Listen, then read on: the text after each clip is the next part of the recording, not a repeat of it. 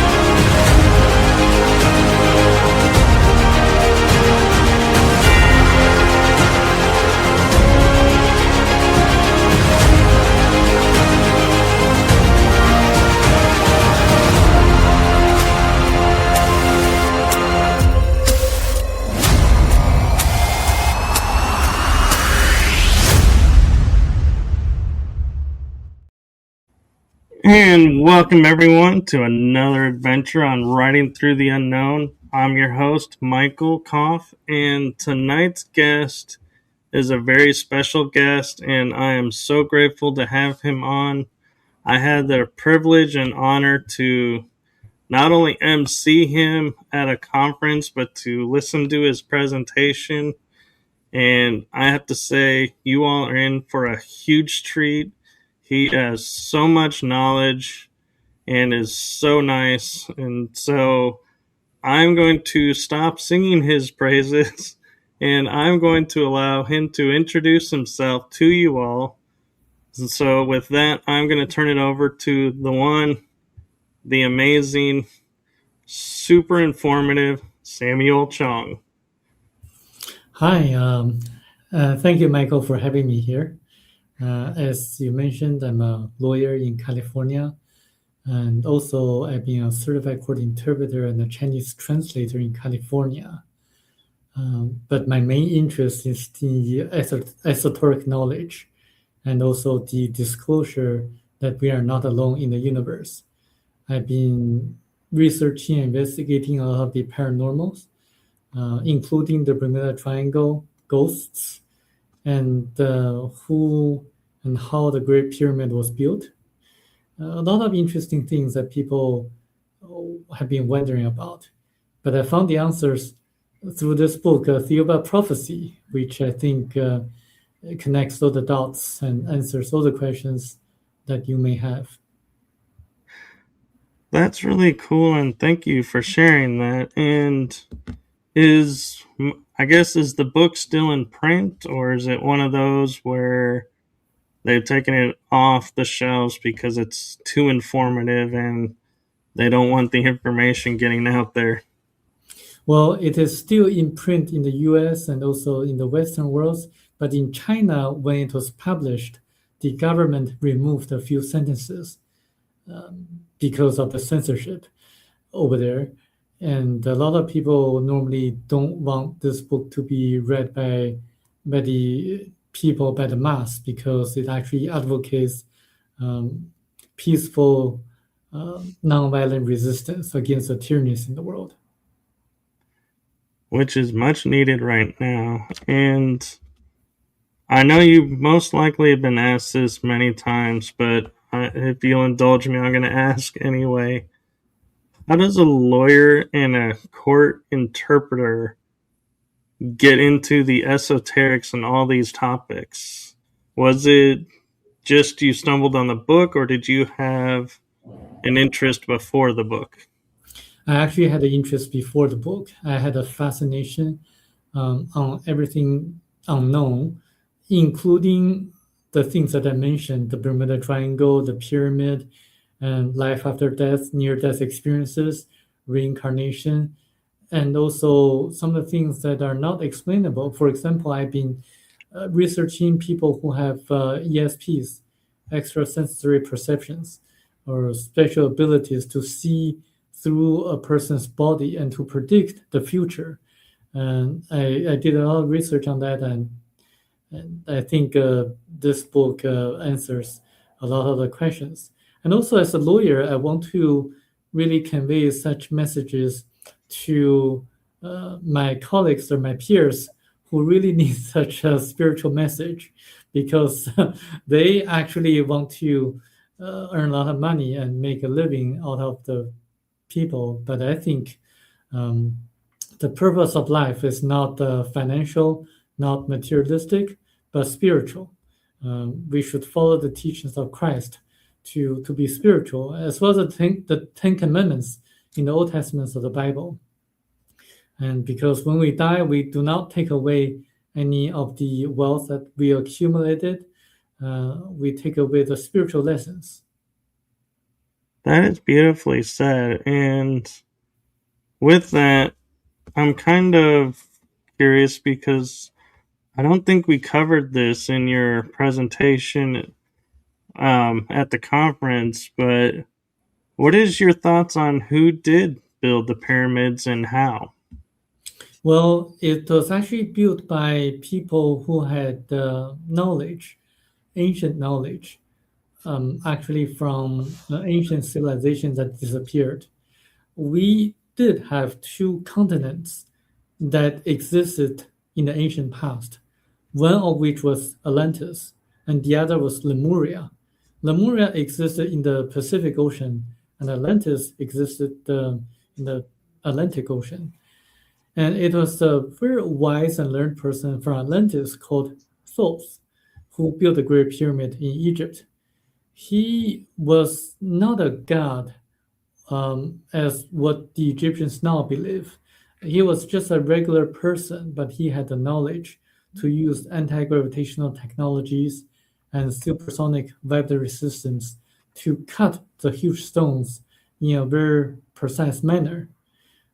He was able to align the stones precisely so that the pyramid was used actually as an energy center, because it was able to capture the cosmic and terrestrial energies. The pharaohs, ancient pharaohs of Egypt, knew how to use it correctly, so they sat in the king's chamber and meditated and communicated with people on different planets. And also, they were able to use it to make rain, as archaeologists agree. About 10,000 years ago, the Nile region was pretty fertile with a lot of rainfall. And this is actually one of the reasons why there were a lot of rains in that region in the ancient past, because they were able to use the pyramid to make rains through projecting a kind of energy into the sky so that clouds would be able to form. Do you think Thoth had ET technology that allowed them to build this structure the way it is? And my other question is, because it was built by Thoth, is that why there's no hieroglyphs inside the pyramid? The first question, we all came from different planets originally. For example, the blacks and the yellows came from a planet called Baccaratini, according to the book Theoba Prophecy. The Caucasians came afterwards, and the ancestors of the Polynesians came later and landed on the continent of Lemuria, and then they migrated. Some of them migrated to Atlantis, and Thoth was actually one of the people originally from Lemuria who was able to build the pyramid in Egypt. And to your second question, I think people need to realize that the pyramid was actually used as a tool to capture the cosmic terrestrial energies, and not to commemorate anyone else, or used as a tomb for the pharaohs. So as a tool, you don't really need a lot of writings on the wall because it's just a tool. People knew how to use it, and there's no need to give any instructions. And I think that's probably one of the reasons why there are no heligraphs on the walls. But what you said could be correct as well. It could be another reason. Fair enough. And the only thing when I hear like it was built by humans, that makes me question this is the fact it's aligned to like Orion's belt and the Orion constellation, and we couldn't, in my understanding of ancient civilizations, and as I said, this is my personal bias, they didn't have information like we do to see the stars and to map it above on the ground. So, as above, so below. So, how did these pyramids end up lining up with the constellation? Well, the builders in the past, had the knowledge. They knew how the stars were aligned, and they were able to use these ultrasonic vibratory systems to cut the stones, but also use anti-gravitational technologies to align the stones in a very precise manner. So it's actually, if you think about it, it's actually pretty easy to do once you neutralize gravity. So you can move the stones to whichever location that you want them to be. So I think, and they definitely knew where the stars were, like how the stars were aligned, because back then they observed the stars and the planets, and they definitely had the knowledge how to make the pyramid align with the stars. Okay, that makes more sense actually. And it kind of goes into also the theory that they say water from the Nile was pumped into the bottom of the Great Pyramid to create energy. And so, since they diverted the Nile away to build another temple, it seems like the energy went dormant. Is that true in your viewpoint, or is that just something that coincidentally happened? I think back then, Nile River was actually in that region and providing a source of energy to the Great Pyramid, and also the other pyramids too. The the pyramid structure, is a structure that can capture the energies. And also, if you know the recent news, like a few months ago, when they discovered that there's a subterranean structure beneath the pyramid, you may make the inference that that structure beneath the ground is a structure that captures the terrestrial energies. And then above ground, you have the pyramid structure that captures the cosmic energies. So with the combination of the energies, uh, if a person knows how to use it correctly, then that person would be able to sit in the king's chamber and meditate and concentrate and to project the thoughts through the top of the pyramid into the cosmic realm, and to really communicate with people on different planets. This is actually how they did that in the past. And I think among other knowledge or facts, people can make the inference that there are a lot of things that we can uncover, either from the pyramid, but also or from the Sphinx, because there are chambers beneath the Sphinx that can be opened. And according to Edgar Casey, as you know, and also according to other psychics, Michel Desmarquet, the author of the book The Prophecy, also says that the ETs tell him that once the three chambers beneath the Sphinx are opened, then everything will be known. But they only can be opened when we are ready. We are not ready spiritually yet. I agree with that, and I do hope the day comes soon, though. And an interesting theory that I've heard tossed around a lot is Egypt was created by survivors of Atlantis. Do you think that it is survivors, or do you think actually Egypt was a part of Atlantis and that the continent was bigger than we thought it was? Well, Atlantis was a continent in the Atlantic Ocean, and Egypt was actually created by some of the survivors from Atlantis. Some other survivors went to Greece. So if you look at the Greek language, it's actually the language very similar to the language used in Atlantis. So there, but unfortunately, the continent sunk into the ocean, and since the burning of the Library of Alexandria, a lot of the knowledge was lost. Actually, when Moses was around, there were still schools that taught esoteric knowledge that can help people to perform magic such as the magic performed by the magicians of the pharaohs of Egypt, as documented in the Old Testaments of the Bible. But afterwards, the knowledge was gradually lost. So by the time that Jesus was born, basically on Earth, very few people knew or had the knowledge to perform magic. So there's a lot of interesting facts that people can learn from that book. It's fascinating.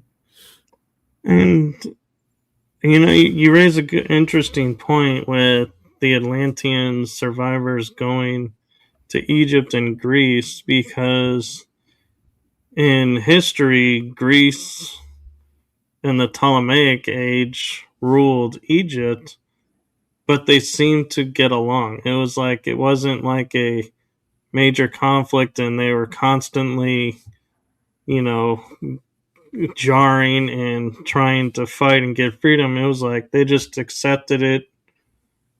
Then when it was over, they're like, okay, we're back to just Egyptians.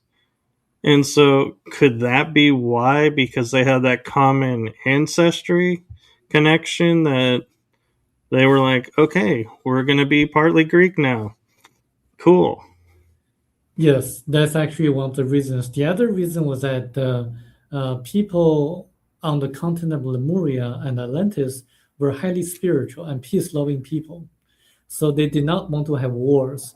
And Thoth, actually, when he felt that they were ready spiritually and materialistically ready, this is the reason he built the Great Pyramid in 9 years' time. As you see, only when people were spiritually ready and technologically ready were they able to build a pyramid. And this is the reason why when in later years when the people in Latin America tried to imitate in building the Great Pyramid, they were not able to do that because they lost the technology, and they were not really spiritually ready to build a pyramid as great as the Great Pyramid in Egypt.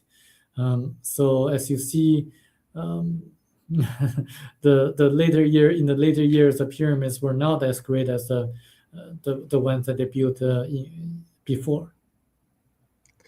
Okay, and I have an interesting question about Lemuria.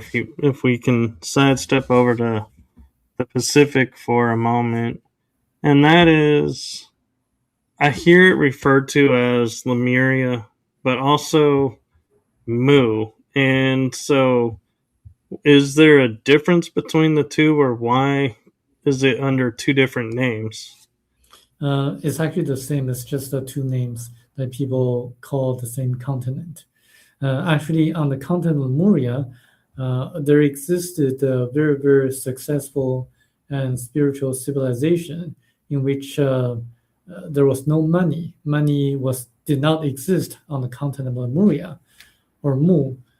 People just grabbed whatever they needed from the marketplace because no one took advantage of each other. And they had a lot of great technologies using nuclear energy to power lamps or lights.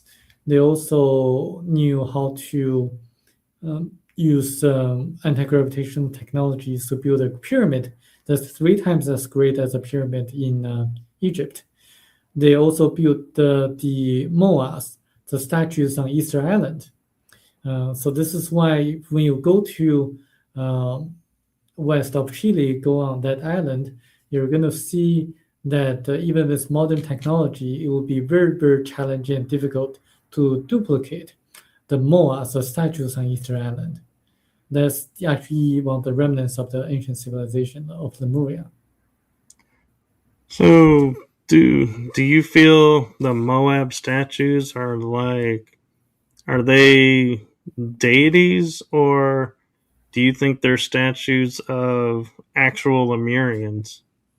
There are actually statues to commemorate the ETs from Theoba or Jehovah, this in which the author Michel Marquet encountered. Because in the ancient past, as I mentioned, the people on Lemuria, they were highly spiritual. They were ready to make the contact with extraterrestrials.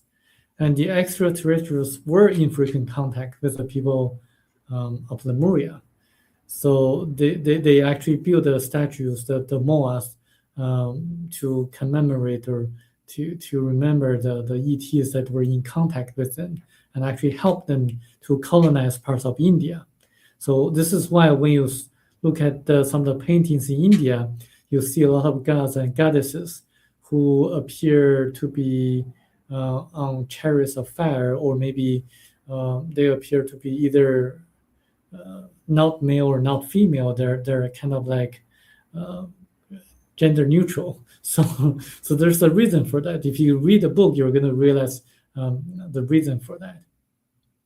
Okay, I'm definitely going to get this book. And one thing that I'm curious your viewpoint and opinion of is there's a lot of talk about Atlantis and the theories of why it sank.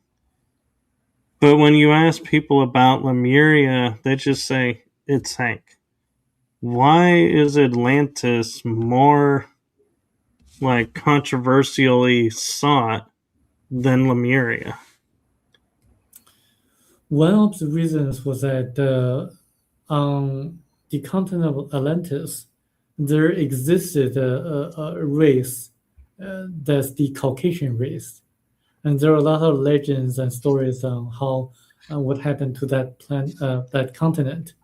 On Lemuria, it's actually sunk into the ocean earlier than Atlantis due to a natural disaster, earthquake, in which the author actually went to the past and saw actually what happened.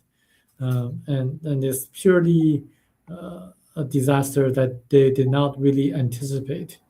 And you can read the book, but what's more interesting that the book also explains why there's a ET base on the far side of the moon, because when the people from a different planet try to migrate to Earth and land on Lemuria, they actually encountered resistance from the Chinese people.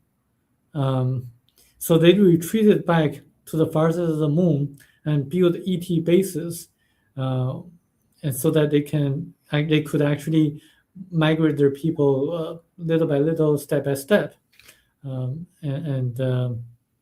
so this is why some people say there were ET bases on the far side of the moon. Yes, there are still artificial structures, and also there were people who lived on Mars about 1.35 million years ago. There were life forms on Mars, indeed. But what happened was that Mars, the core of Mars, cooled down. So geologists and also astronomers agree that when the core of the planet cools down, it will no longer have the magnet shield that can capture the atmosphere. So the magnetic forces will no longer be able to capture the atmosphere. So Mars basically became a desert, a planet with no atmosphere anymore. So this is why life no longer exists on Mars. But it used to have life forms. And Earth, as you know, the core of Earth is really hot. the movement of the core, the liquid form in the core is the cause of the magnetic shield of Earth. This is why we have the atmosphere, but Mars doesn't have it anymore.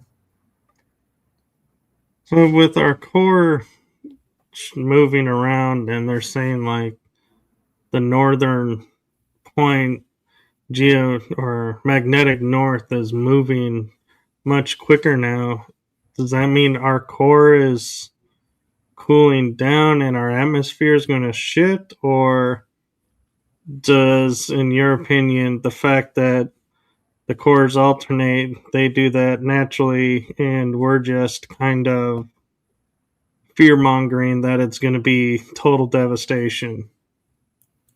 It definitely shifts, but the ultimate demise of Earth is not going to be the cooling down of the core. Well, I mean, the people on Earth is we are going to be facing another catastrophe, actually several. One which is that we probably, if we don't change the ways how we live nowadays, we're going to destroy it ourselves. That's the most danger that we're facing nowadays. We need to be more spiritual. And the other danger is that our moon, is actually moving um, sooner or later that is going to strike Earth. And this is actually proven by Avi Loeb, the Harvard astrophysicist. When Joe Rogan asked him about a question about the moon, and he says that very few people talks about it, but the moon is actually going to hit Earth sooner or later. And this is actually the same thing is told to us by the ETs from Thiuba. They tell Michel de Marquet that in about 200,000 years or so, the moon will hit Earth. And then if we don't migrate to a different planet, that will be the end of the human life on Earth. So before the core of Earth cools down, we are going to be facing several natural disasters.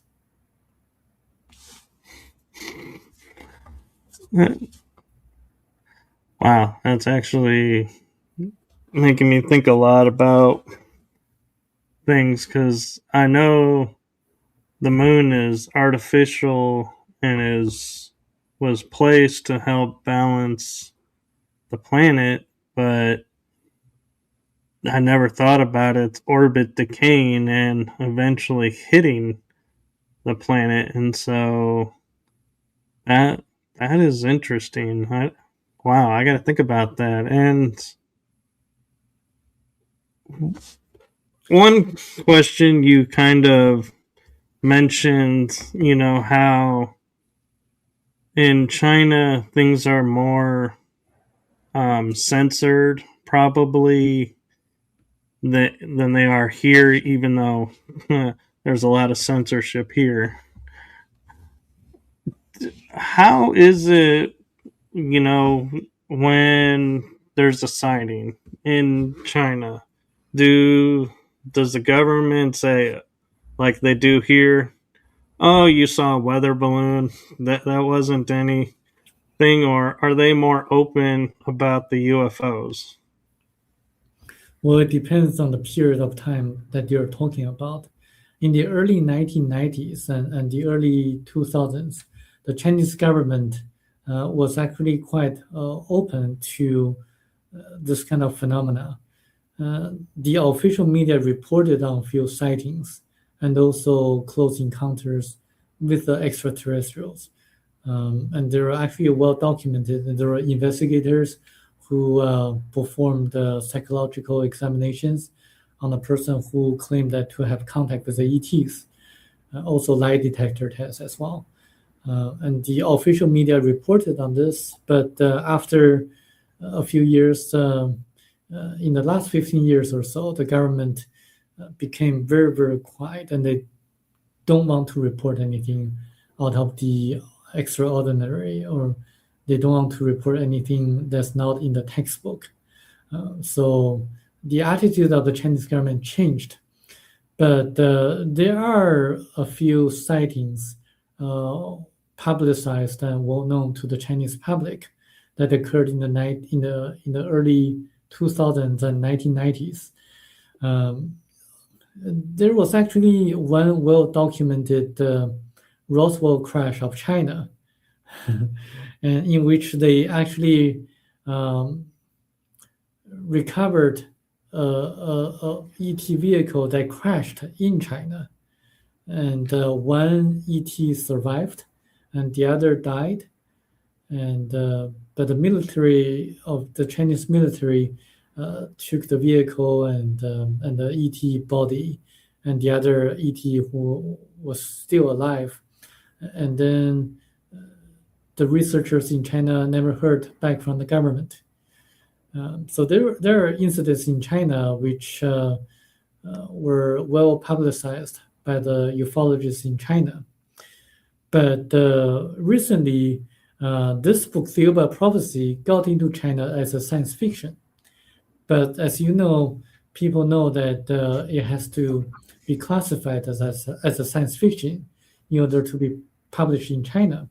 The readers know that a lot of the readers know that it's not a science fiction. It's actually pretty. There are a lot of detail that can be verified, and I think in that sense, the Chinese public is well ahead of the American public in learning about the ETs. I say that because, in the U.S., people wonder about the reverse engineered results of the ET crafts that crashed in New Mexico or elsewhere. They crashed, indicating that their technologies are not that advanced. The ETs who got in touch with Seattle Machado Marquet, their spacecraft did not and will never crash on Earth. As you read the book, you're going to discover that there are different kinds of ETs in our Milky Way galaxy. There are the ones who are very, very advanced, such as the Theobans, and there are the ones who are not so advanced, like the Grays, whose spacecraft crashed. So in that sense, if you really think about it, the Americans are learning about from the Greys, but the Chinese are learning from the Theobans. The Chinese public is learning from the Theobans. So the Chinese public is learning from the masters. And the American public, or maybe some of us, only learn from our peers. So you see the difference. So I've been trying to help the American public to become more aware of the masters of the ETs, and to learn from the ETs whose spacecraft did not and will never crash on Earth. So I wonder, is that why perhaps in optics China is late to the space race, where we had in the 60s and 70s and 80s US versus USSR, the Soviet Union, which is now Russia, for the newer generation who won't understand what we're talking about when we say USSR.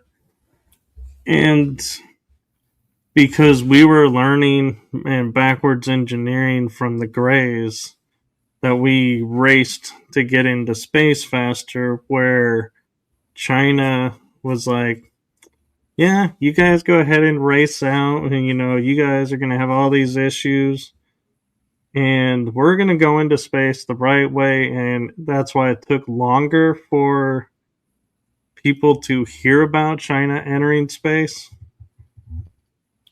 Well, if you noticed, I did not say the Chinese government is learning from the masters. I'm saying the Chinese public is learning from the masters. The Theobans are not working with the Chinese government. There's a difference between the government and the people. And I emphasize that because the government is doing their own thing. And if you look at the great revolutions of the world, they all came from the people, the mass, because the revolutions will only be able to last longer when they have the support of the people. So I say that the Chinese public is learning from the masters. I'm saying that the Chinese public, the Chinese people, are gradually waking up. I'm trying to encourage the American public to wake up as well and not to be dwelt on the graves because their spacecraft crashed. The Americans are not really learning from the masters, I mean the public. So if you really want to succeed in really making a great change of anything, you really should take the grassroots approach to really have the people to initiate any of the changes that you like to see, not relying on a specific politician. A lot of people give a lot of high hopes to Bill Clinton to disclose that the government was in touch with the ETs, but he didn't do anything. Hillary didn't do anything, and the Bush family didn't do anything, and then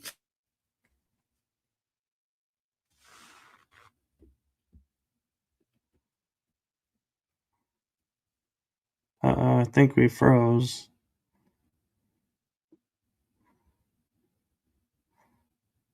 Let's see if we can get him back.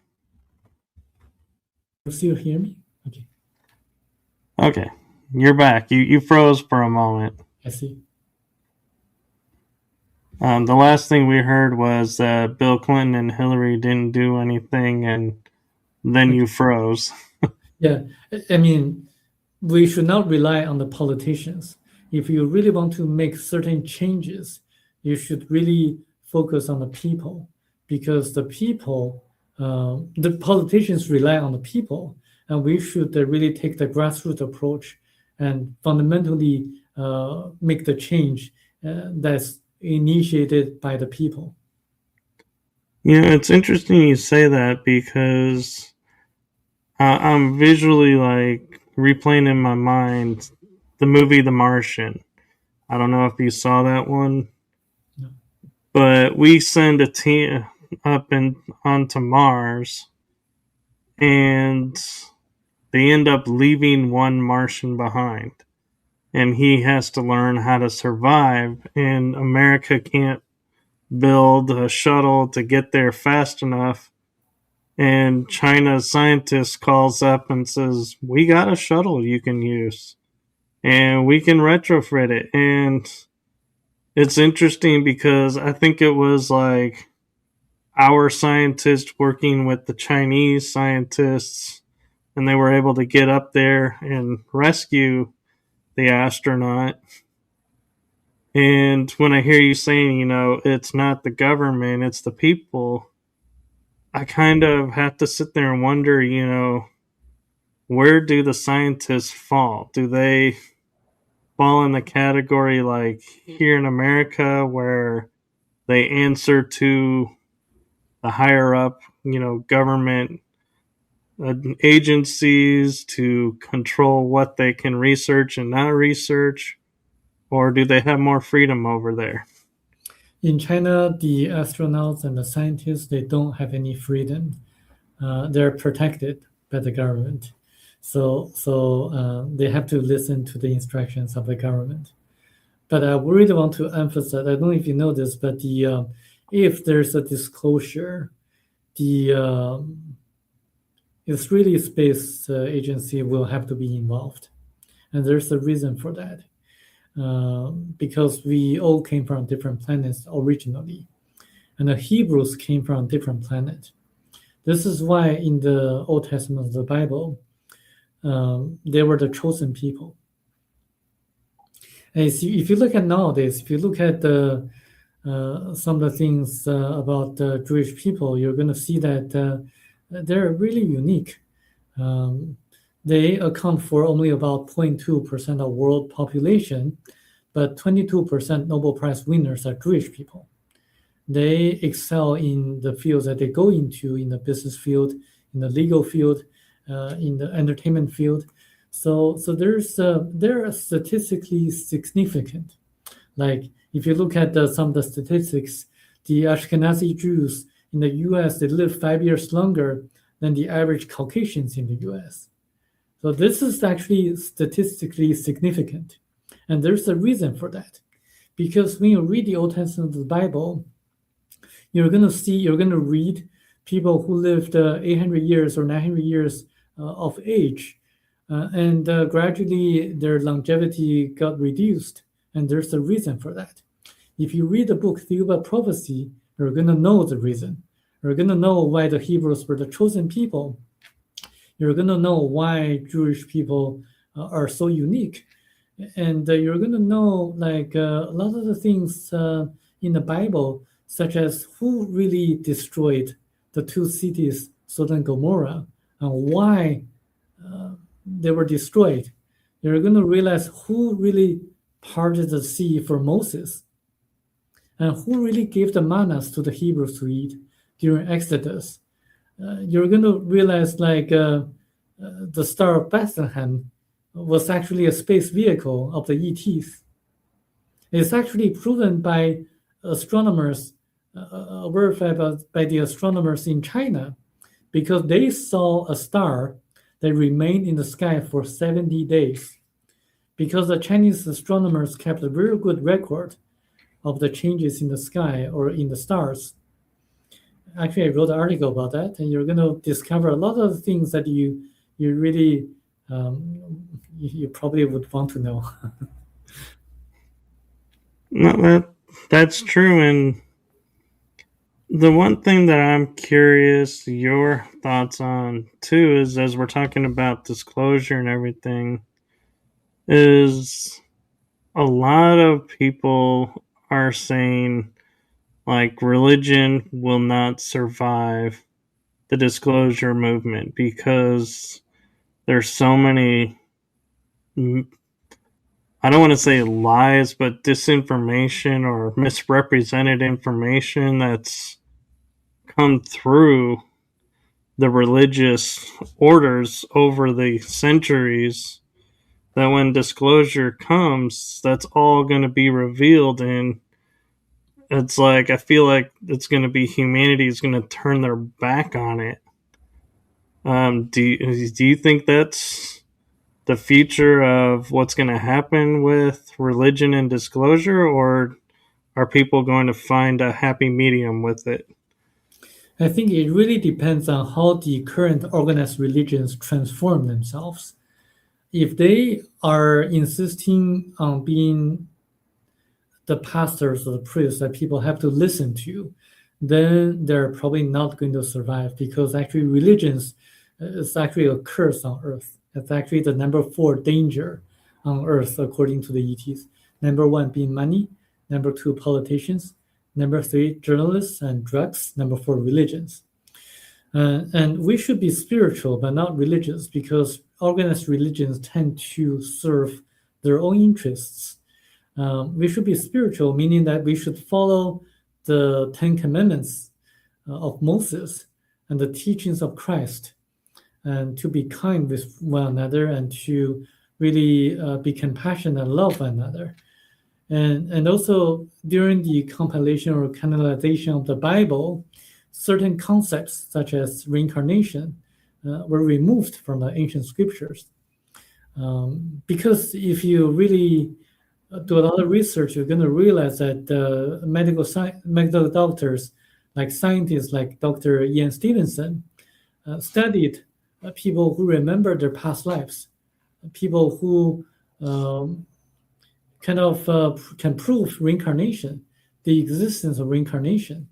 Dr. Michael Newton, Dr. Brian Weiss, and Dr. Raymond Moody all are medical doctors. They all can show that reincarnation exists. The Indians and the Chinese people believe in reincarnation. The Westerners in the US and Europe, they don't, because of the Christianity, the Christian religion, and because they removed the concept of reincarnation from the Bible. This is why people in the Western world don't believe in that. So if there's a disclosure of the existence of the ETs, then it really depends how the religious organizations um, respond to such news. If they become like the roles of mentors or teachers, encouraging people to be more spiritual and to follow the teachings of Christ, then they're able to survive. And I think people need to realize that Jesus and Christ existed in the past, and they were spiritual masters, and we should follow their teachings for sure. Um, but religion is a curse. I agree because it, from my research and personal studies, I found that metaphysics and spirituality are like unity, where religions are like you're either Catholic or you're Roman Catholic or you're Protestant or you're there was no unity. Everybody was fighting against each other, and it's like, what is going on here? You know, and they would be like fighting over the most smallest detail of a story and being like, no, we cannot get behind you because of this. And it's like, so don't. But why, tell people like Jewish are like, you got to marry Jewish. Catholics are like, no, don't you can't get along with Lutherans. I've never really understood why they want such division. Yeah. This is why, like, if you really want to know why there are so many wars and divisions in the world, there's another book that I would recommend you to check out. It's called The 334 Lies. Uh, I'll just leave it there because it's a very disturbing book. Talks about how the author of that book became the highest degree chair of a secret society that was founded in Germany. And I used to think that's the Illuminati, but actually that secret society is actually more dangerous than the Illuminati. They have psychic abilities, but they use their abilities in the wrong way. They had the knowledge using a specific form of astrology and numerology to see the past and predict the probability of the future. They manipulated politicians and business leaders without them knowing that. So it's a very dangerous organization that the author revealed. But that's a different story. But it's probably too advanced for most people. But it's a very disturbing book. Sounds like it. And I'm curious to hear your thoughts about, where and how you feel disclosure will happen versus how you would want disclosure to happen. I think, given the fact that most people want to hear or they want to hear that the ETs are a threat. I mean, a lot of the military defense companies, they would like to portray the ETs as a threat so that they can make more money, get more money from the defense budget, from the government. I think it's probably going to go into that in that direction, posing ETs as a threat in that way. But I'm working on different direction, just to really empower people with the right knowledge that ETs are not a threat to us.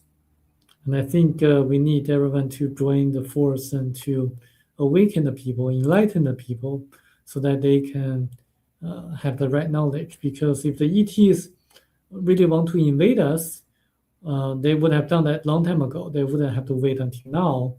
And I think the defense companies need a lot of money now, so they want to post that as a way to do it.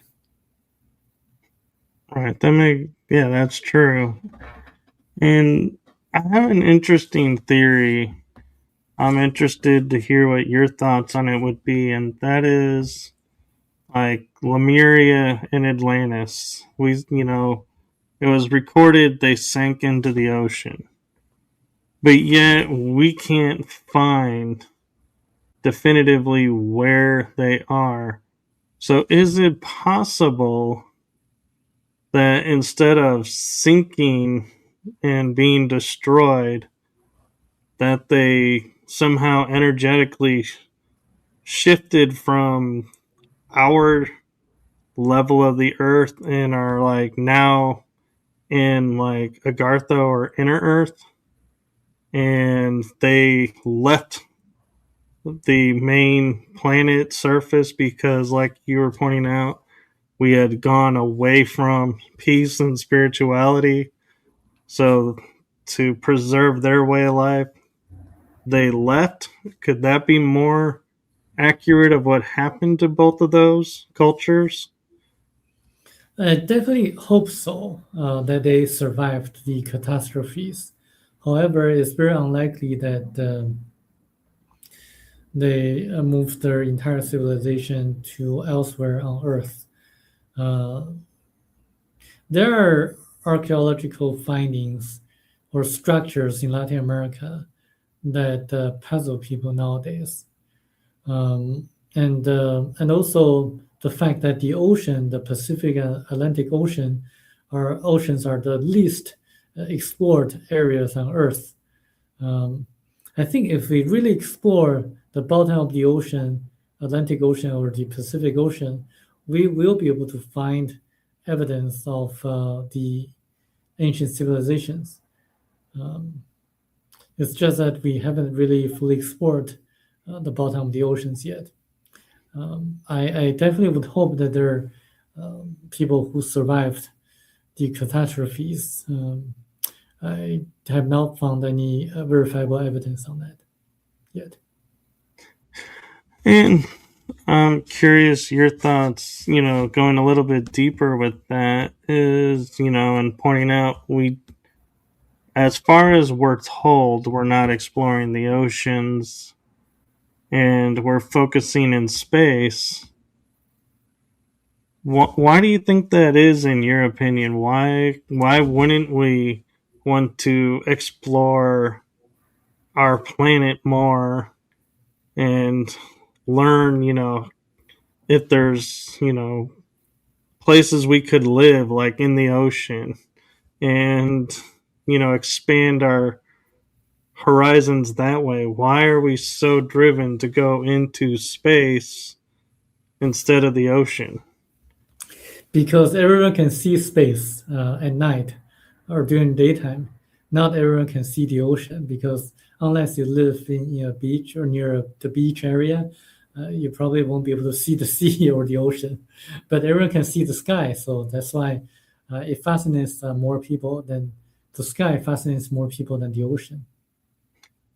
And I always find it interesting, like when we talk about our Star Trek future, they're like space, the final frontier. And then I stumbled on a show, Sequest, and they're like the true final frontier. And it's like, yeah, it really, surprised me that, we forgot about our oceans. And so I wonder sometimes, do they know what's in the oceans and that's why we're not going and exploring, because they don't want what's in the oceans to be known, versus if we go into space, we it's like, well, we they can cover up more of what's in space cuz not everybody has the technology to go into space. But as you said, like people can go in the ocean. So if you say there's a structure here, anybody really could go and park a boat over it and send something down and look and be like, there is a structure. But maybe they don't want that. I think technology is actually one of the obstacles, the limiting factor, because you have to have the technology to bear the pressure of the water in deep ocean. So, in order to discover any of the evidence of ancient civilizations, it's actually, I don't know. I don't have the answer actually. That's okay. It's all theory because we can surmise, sending a remote camera unmanned vehicle down and can explore that way.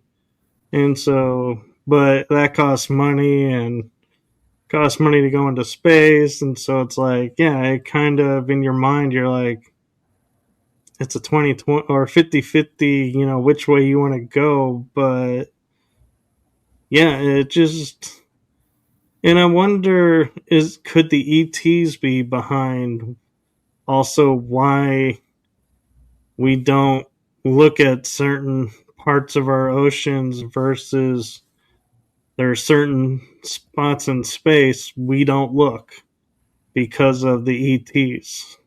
Could that be why? Um, I know there are UFOs or UAPs in the ocean too, and because water is really not a barrier for their technology, um, and also their locations in space that they come in and get out of Earth. If you read the books written by David Paulides, the Missing 411 series of books, you're going to realize that there are portals or warps in space that the ETs take advantage of, and then they come in and get out of Earth from those portals. It's actually also mentioned in the book Theoba Prophecy.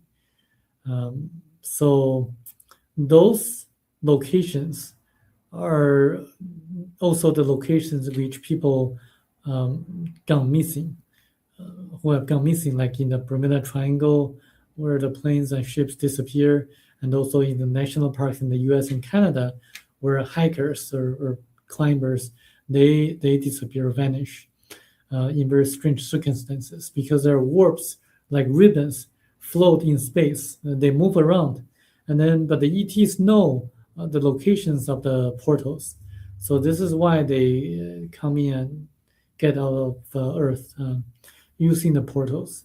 And this is why when you observe space or the sky, you can see that the UAPs frequently appear and disappear uh, at a specific location in the sky. It's actually proven by a lot of the observers. So I think there are a lot of things that people can uncover. Very true. And I'm kind of curious with ET technologies if, we're starting to make more advancements now in how we get into space. If there's ETs behind this and helping us, and if that's true, oh, I had this thought in my head and I just went blank on it. So, Let me answer your question. Okay. yeah, Yeah. If the ETs are helping us, then it's only the helps from the grace or the primitive or not so advanced ETs that are helping us. I'll just give you an analogy. Like if you're in a school, then you got stuck answering a question, a mathematical question or problem, then you're probably likely to receive help from your peers, your students, your classmates.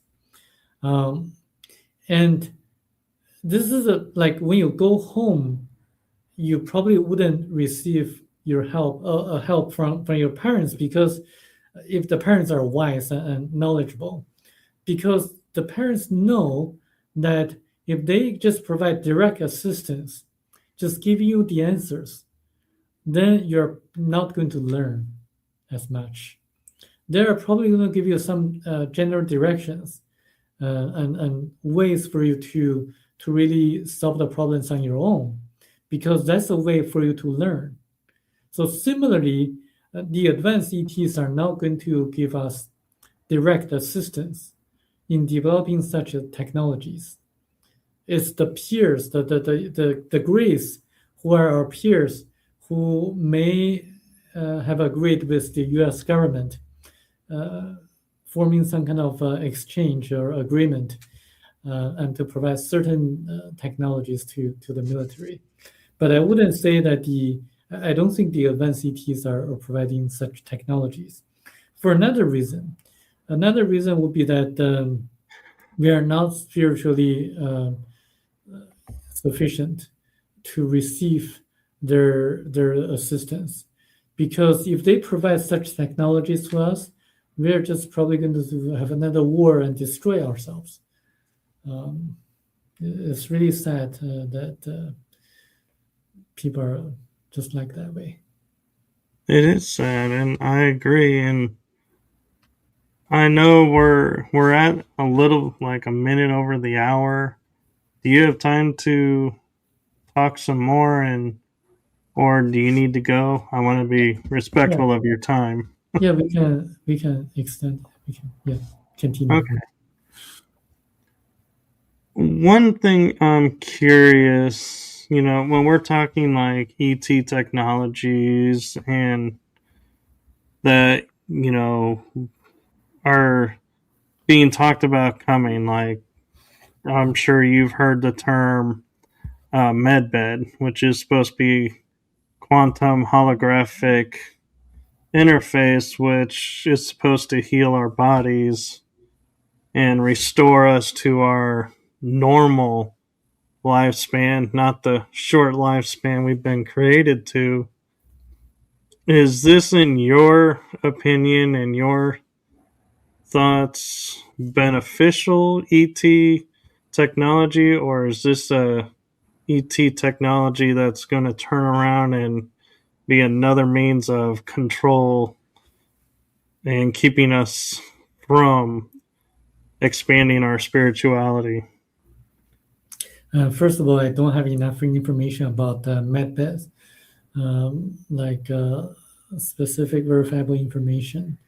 From what you described, the technology is definitely possible to achieve, because my parents are Chinese doctors, and Chinese medicine is actually based on the human energy fields. If you can really improve on the human energy field, the chakras and the auras, you're definitely going to heal the body much better than the conventional drugs that people take. So the technology is definitely possible. Will the ETs directly give the technologies to us? I don't know. If they are really trying to help us, they would probably provide the knowledge to us, so that we can develop medbed ourselves through the knowledge that they provide to us, or maybe kind of insinuate to us. I just don't think that they would just provide a medbed and for us to reverse engineer. Longevity is another issue, because the longevity of the people depends on the spiritual development of the people. So if you're highly spiritual, then you can live longer. If you're not, then you are not going to live longer. So this is just a fact. And I can elaborate a little bit more on that, but I think it's useless for a non-spiritual person to live more than 100 years or so, because it's not to the benefit of the revolution of the soul, or the fear, or the spiritual development of that person. You have to really leave the physical body in order to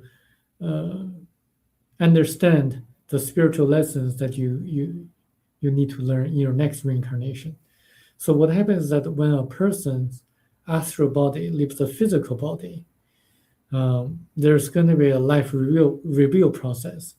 Everything that he or she did in the lifetime will be shown to that person as a holographic film. Um, and everything will be felt by that person, not only his or her own feelings, such as pain or happiness, but also the people who interacted with that person. So it's like a holographic experience. Uh, and then, since you're going to feel the pains of others, or the happiness or the appreciation of the others, you're going to know what kind of things you did correctly or incorrectly.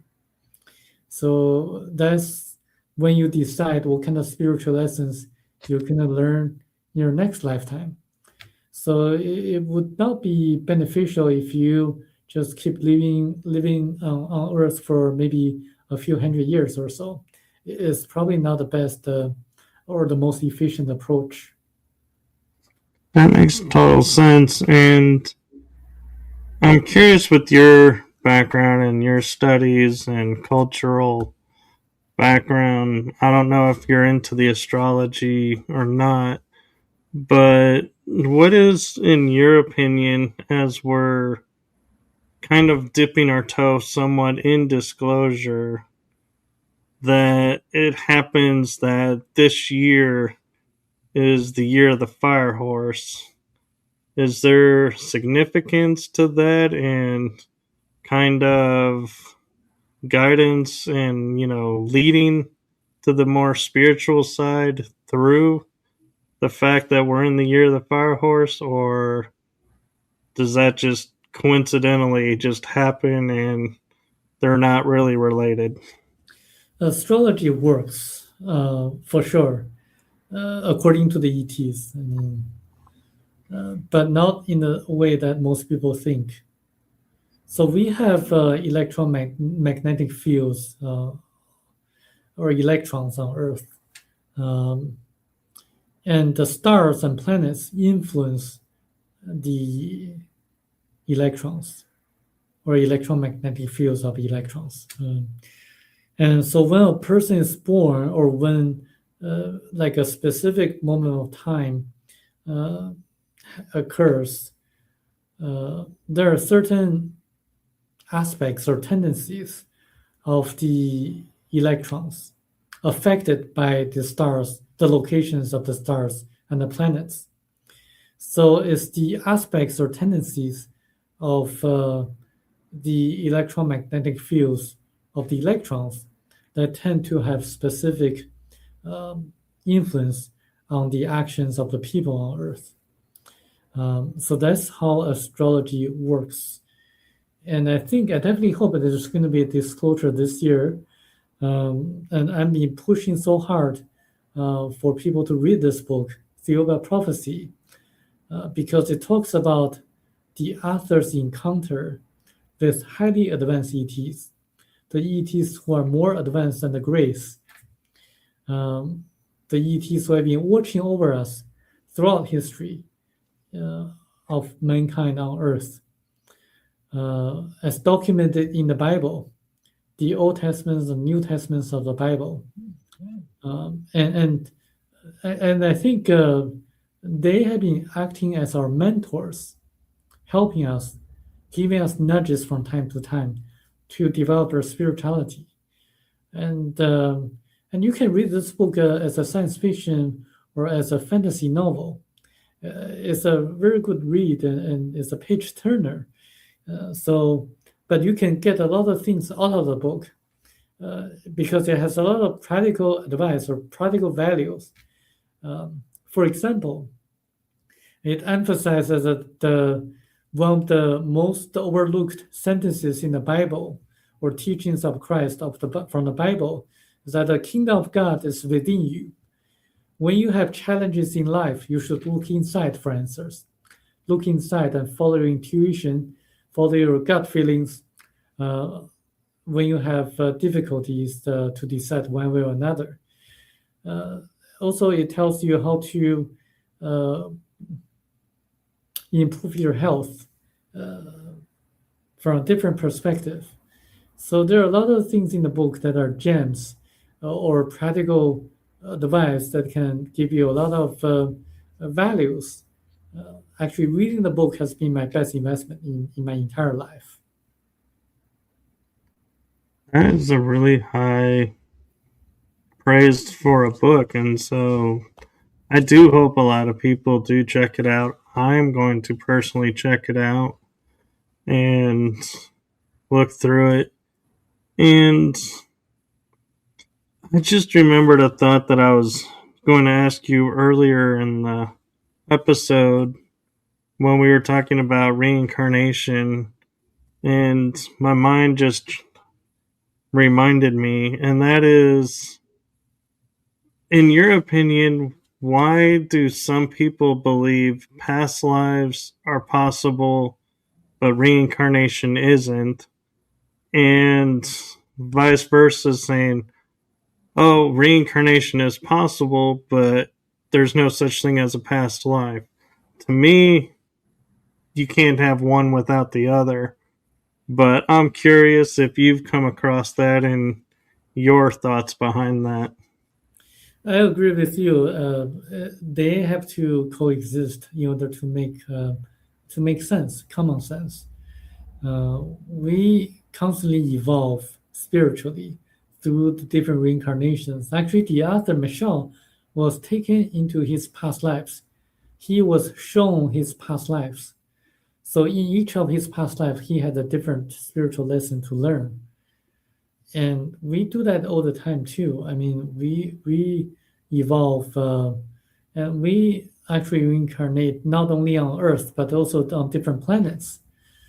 Some people have young souls, some people have old souls. So this is probably why some people do not realize that reincarnation exists. Some people immediately know from the knowledge accumulated from of their past lives that reincarnation exists. Some of them remember their past lives, especially when they were young. When they were young, they tend to remember their past lives. So it's quite evident. It's quite to me it's it's quite easy for people to know that reincarnation and past lives exist. Thank you, and I agree. And one thing that I find that's very interesting is I've heard a lot of people talking about as we're spiritually growing and shifting that, like, we're going to do away with the Julian calendar system and return to a lunar calendar system where we'll have 12 months of 30 days. And what I find interesting is a friend, Laura Ferguson, and I were looking at this and going, Sumeria had it, the ancient Egyptians had it, all the ancient cultures had it in that region. But as I studied Chinese history, I don't know if I learned or remembered how China's calendar system works. And if we did go to a lunar system, would that more align with the Chinese calendar system? Because I know it's based on the stars, but that's about all I remember of it. The traditional Chinese calendar system is based on the lunar system. And in the past, we had everything was documented in the lunar system. Nowadays, because of Western influence, we use both actually.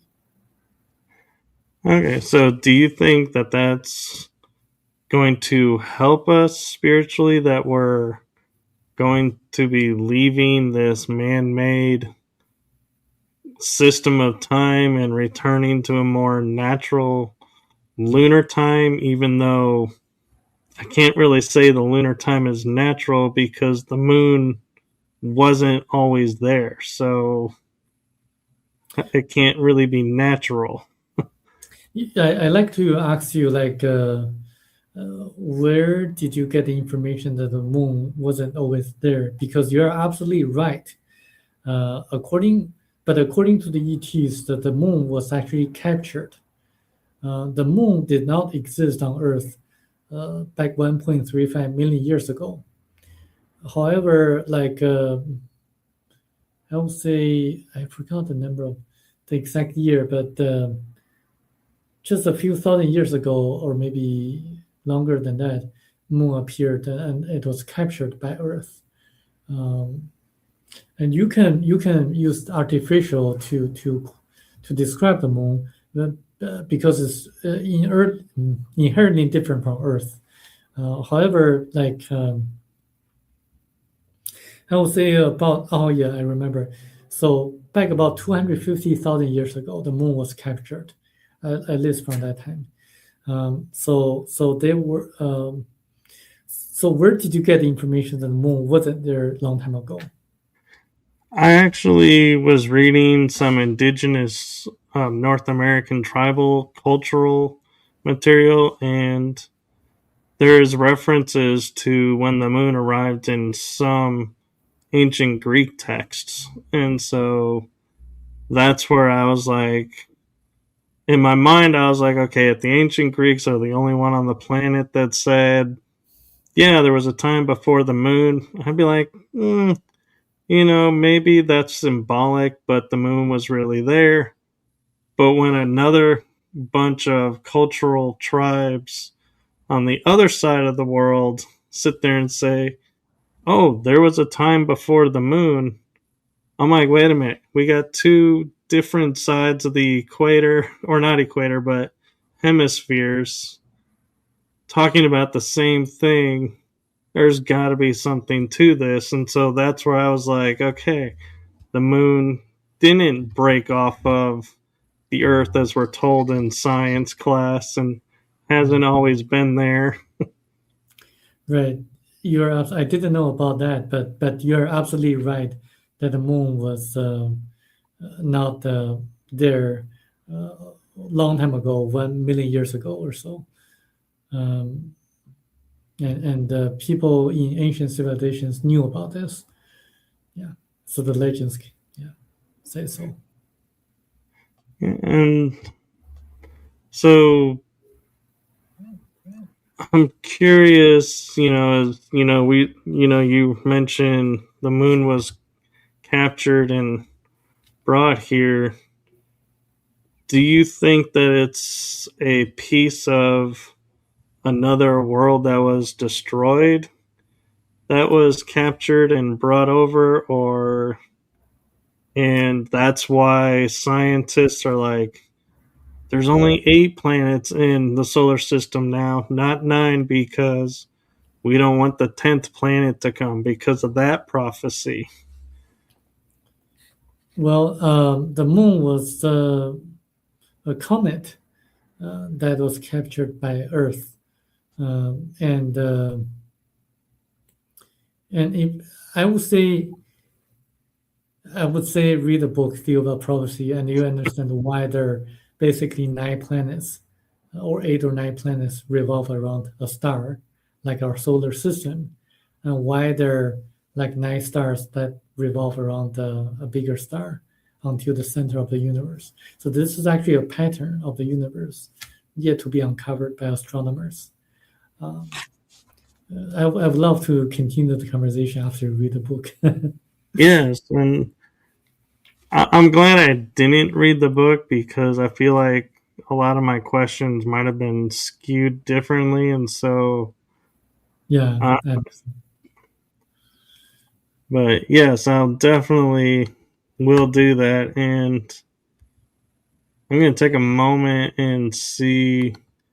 While I'm looking something up to share with everyone, yeah. do you mind? Do you have a message or anything that you'd like to share with everyone that you would hope that they would take away from this and maybe inspire them to do some more research into this?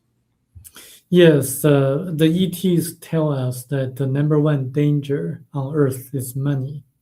So, as you see in this commercial world, everything revolves around money.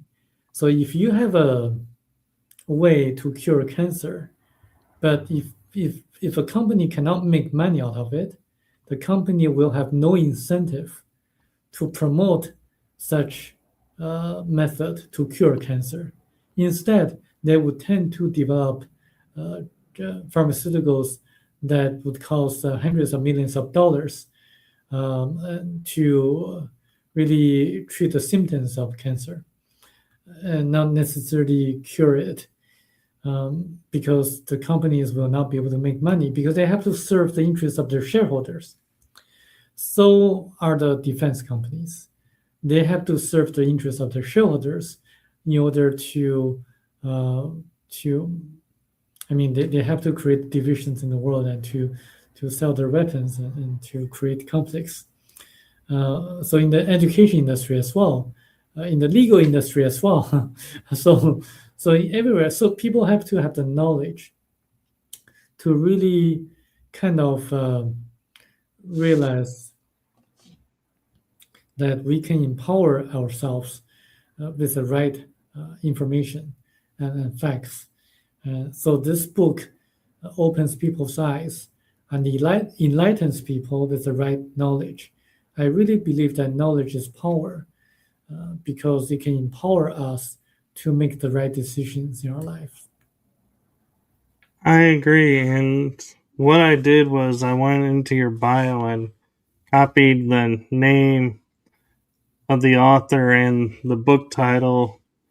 And so I have it on the bottom of the screen here. It's also in the description for this episode. So anyone who's watching, this is the book that we're keep referencing and the author's name. And so where can people find this book? Is it on your website or is it on Amazon? It's on Amazon and also on Audibles as an audiobook read by a very good British narrator. Okay.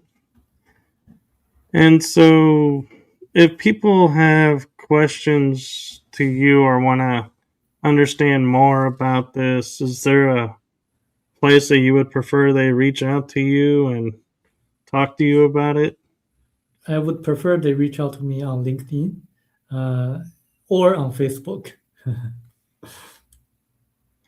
Okay. That's social Wow. media. Yeah. I didn't even know you were on Facebook. I found you on LinkedIn. Yeah. And so his LinkedIn, I do believe, is in the description. So you can reach in there.